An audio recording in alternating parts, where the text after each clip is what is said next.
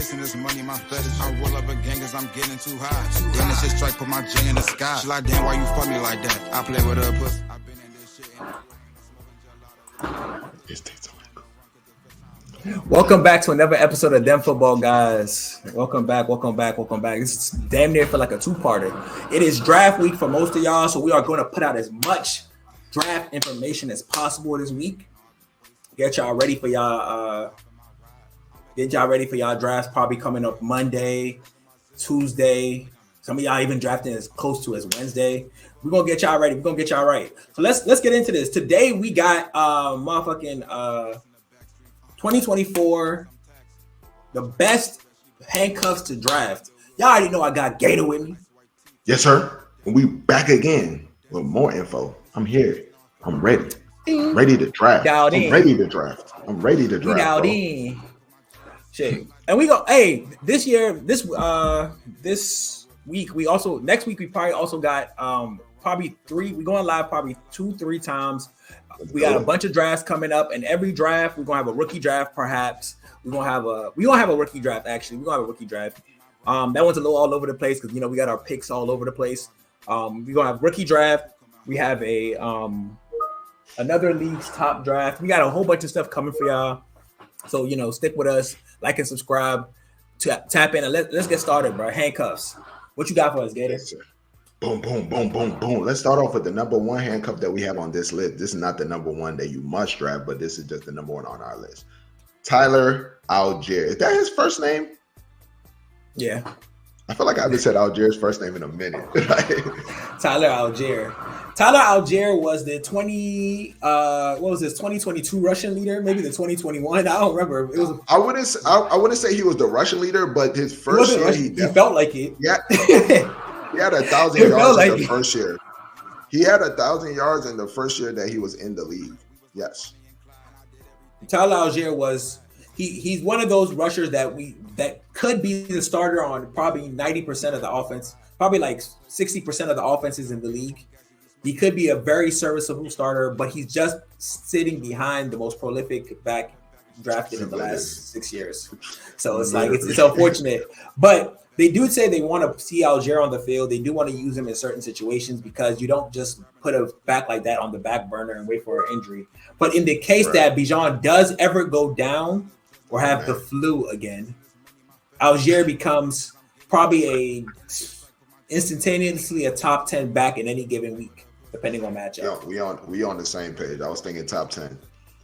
And I mean, even last year with Bijan there, I mean, 683 yards, 4 touchdowns, and this is behind Bijan. You know what I'm saying? So this is these are some players' stats on a regular, and these are some starter stats. So Algier 220, 5'11", 24 years old. I mean, come on now.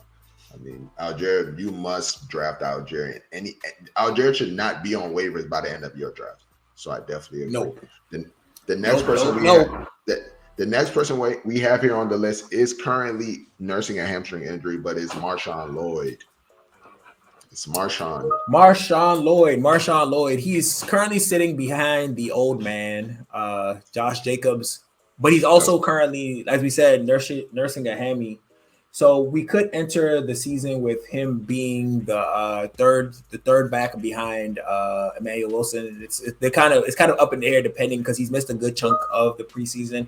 But they have said that Marshawn Lloyd is a very aggressive runner. He's amazing. He's worked his way up. He was actually the de facto 2 prior to the injury. So I do feel like overall, like if in the event that Josh Jacobs ever sees a decline, and even without that, if they give him just the workload that AJ Dillon had, Marshawn Lloyd is a great late round handcuff. Because AJ Dillon, I don't even want to hear it because y'all was drafting AJ Dillon like he was somebody. Like maybe like the 7th. Do you know what happened to him? I actually don't know what happened to him. I don't give a fuck what happened to AJ Dillon. I don't give a fuck. Sorry. I hope he's good in real life. He is a human being in real life. I hope he's good. But as far as football fantasy goes, I've despised AJ Dillon for at least 4 years now. Yeah, you've been off that. He basically, and I know Aaron Jones is pissed. I know he's pissed off. He's like, now you get injured. I'm on the Vikings now, bro. Come on, man. Josh Jacobs probably. If I was Josh Jacobs, I'd be Geechee right now. That's all I'm gonna say. Who's next? Next, Jordan Mason. Boom, boom, boom. And a lot of this is because of injury. Elijah Moore is on season-ending injury. It always felt like he was hurt because he was always hurt. And finally, I guess this year they're like, nah, bro, you gotta cool it. You gotta cool it. So CMC is dealing with a calf strain right now. Same like the KD thing. You're dealing with a calf strain. You're playing football. Is it going to go this year? We don't know, but we know CMC is getting older. We know the usage for CMC is crazy. Hopefully, Kyle Shanahan, they probably lowered it a little bit, and I think this is a great moment for Jordan Mason to get involved in the offense. And if anything happens to CMC, Jordan Mason will probably be a top 8 running back. I can see it. The system is amazing for running backs. I'm talking about targets. Yep. He said he's been getting a lot more targets, practicing more targets. It looked like this could be his time if CMC was to get hurt for sure. Yeah, I feel like overall the 49ers are a plug-and-play offense. You could put anybody there and expect great results. And I feel like with CMC getting older, with CMC kind of, teetering. And also last year, they actually did a great job of spelling CMC. It's so weird to say because, like, with all his workload he got, there was time where you would just see Elijah Mitchell running. You would just see, like, the backup backs getting some work. And it's like, I think with that being the case, if they even increase that a little bit more and give it to Jordan Mason, he has a pretty good path to success with a 40-year-old running back getting injured. Okay. Next on the list will be Blake Corum. They told me they are putting Kyrie Williams on punt return. Like, yeah, it's I'm guessing it's not like a steady punt return, but like he will be used. I mean, when Kyrie first got there, they was using him on special teams. That's how he got hurt in the first place. So and because of that, I think Blake Corum might be the best handcuff to get. Like they basically just told you their starting back is a crash test up. They're gonna use him in every which way they can think of. They're gonna make that nigga hit the wall. They're gonna throw him at the pavement. They're gonna use him any which way. And then you just drafted another back. It's like, whoa, you're basically Sean McVay might be into like sacrificing backs. That might be his thing. Like he knows they're a commodity, and Todd Gurley, and I do feel like overall, like this is a CJ Anderson moment. CJ Anderson in the Super Bowl. when you go there, you don't see Kyrie Williams going. You see some Blake Corum after they kill him, after they smash Kyrie Williams on punt return. So yeah, not even like kickoff return. That's the crazy part. Kickoff return is a little safer now, but you put him on punt return where the rules have not changed, and it's like they're gonna be running at him for. Hey, you know what's so funny? Blake Corum, bro. in the chat when we was in the group chat, they were saying like he's not been fast. Like he's not. It's like I actually don't know. I don't know the thought process that led to them saying like, you know what?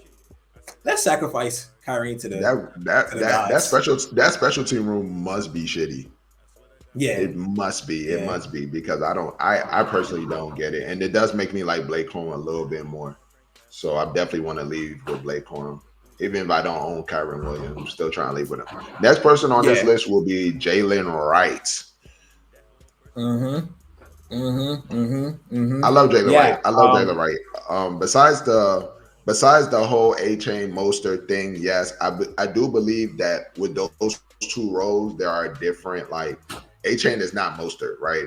A-Chain is not a goal line. A-Chain is 5'4". It's like, no, he's not 5'4", but he's like 5'6". I mean, like it's just not the same thing. So now my thing is Mostert is 33, going on 34, and it's football. So Mostert is to ever get hurt, Jalen Wright will be taking all of that work, and we saw the work that Mostert put in last year. This would not affect A-Chain. Now, A-Chain will, Toby, you brought up a great point. A-Chain probably will get more touches if this happens. But if Jalen Wright can get the goal line touches for the Dolphins, and we know that the Dolphins offense is amazing. I mean, this can be a potential top 12 pick. And let's say Mostert do be getting hurt. So it's like a top 12 running back. I love the talent. He's quick. Everybody on this team is quick. Everybody on this team is fast. I believe he ran like a 4.2, 4.3. I mean, this guy's he's good. He played for Tennessee last year. He made it. They just throwing up. They just put turbos everywhere. Turbos. But I will say this. No, that's it. No, I like it. I like the idea. I like the decision. It's a little sneaky one because in between the cracks, we're kind of looking for one person specifically to get injured. We're looking for 1A to get injured and not 1B. So I really do like Jalen Wright as a grab and stash. I want to kind of throw somebody. No, go ahead. Who's next? Is that the last person we have on the list? No, I got Braylon Allen, the monster, the destroyer of men, the 245-pound running back that will be the number 2 back. He'll be the direct backup to Breece Hall. If anything was to happen in Breece Hall, he's. I want to say he's more last on my list because I am expecting Breece Hall to have a monster year, honestly. He already torn his ACL. He got that out the way. The ACL has been torn. I think he should be good now. Yeah, that's done. So, now if he's never torn his ACL, I'll probably be more worried. The ACL is gone. So, he will probably be last on my list. But this man, I mean, I don't know if you've seen Braylon Allen. He's a scary guy. I think out toe for toe with Derrick Henry, I think that would be a great squabble, bro. No funny, bro. Imagine they decided to squabble, bro. Just to see who the strongest. It's crazy. It's literally crazy. Is he the last on our list? Yeah, he's the last on the list. So we and Gator had a long conversation about this before we started this, and I do want to bring up a certain group of backs. Some of the ones to be mentioned is the combination of like a Chuba Hubbard and Jonathan Brooks combo, a Jerome Ford and Nick Chubb combo, where it's like, technically speaking, the one who's starting is actually the true handcuff because the starter is injured or the starter is coming back later, and that situation where it's like you're technically drafting a startable player, immediately plug and play, but they may not spend the whole season the starter, but they are technically still high value handcuffs. Even one that's even the highest value handcuff I think we might have on this list is possibly Chase Brown. Yeah. Chase Brown is a special one because he might even be splitting carries evenly. That's what people are expecting. A lot of people are drafting Chase Brown because they're thinking that Chase Brown, they like what they saw Chase Brown, but a lot of Chase Brown's workload from last year came from blown coverage, which is why I'm not that high on Chase Brown. Literally 90% of him and Jake Brownings, funny enough, Brown and Brownings, but most of his work came from blown coverage. They're here, you just see Chase Brown jogging here unchecked by anybody, and now he's getting 30, 40, 50 yards off of one play. And it's like, yeah, but I'm not really I'm not super sold on his actual talent as a running back. So, so that's just someone I wanted to bring up. And then probably the last people you have the Ecklers, where it's like I said, we don't want to bring up all the handcuffs, but Eckler is also a handcuff where it's if he gets all the receiving work from Washington, you may have something to go with there, but I'm not super high on Eckler either. But yeah, I think that's it. I just wanted to bring up, the implied backs that are kind of in this weird handcuffs that are kind of this weird place where it's technically the handcuff is starting the season, but they may not be there the whole season. So, and then we have the special one where it's we don't know what the fuck to do with Dallas. Who do y'all think is the handcuff? Who do y'all think the starter in Dallas? Who do y'all think the handcuff is in Dallas? Because Dallas is a great place to be a back. I'm not gonna lie. As long as you're not named Tony Pollard. We have a great line. We do. So it's a great place to be a back, a great place to get a lot of goal line work. So who do y'all think is the starter in Dallas, and who do y'all think is going to be the handcuff for that starter? Because we have what we looking at: Dalvin Cook, Rico Dowdle, Ezekiel Elliott. What's his name? Deuce Vaughn. I think is still there. I think he's still there. He's not going to see that work. He's not. He's the smallest. Yeah. But yeah, thank y'all for tuning in, man. Gator FX, sign us out, bro. You got it this time, bro. I believe in you. All right, man. We're gonna do it better this time. Please like and subscribe. Hit the notification bell. We're going to be dropping. The season about to start, and we're going to be dropping all types of information for y'all. It's still draft season. We know you need us. We need y'all. So hit that like button, hit the subscribe button, notification bell. Follow us on all platforms. We're on IG, we're on Twitter, we're on Facebook, we're on TikTok. We're dropping information. We just dropped our must drafts. And like we said, we gave you guys the handcuffs of 2024. Definitely use all this content, and we're gonna be out, man. So y'all have a good one. Y'all got anything you want to say, Yaga? Nah, we get over on this side, bro. We get on this side. All right, man. We about to be signing out, man. Y'all take it easy. Y'all have a good one. Enjoy y'all drafts. Turn up. Yeah.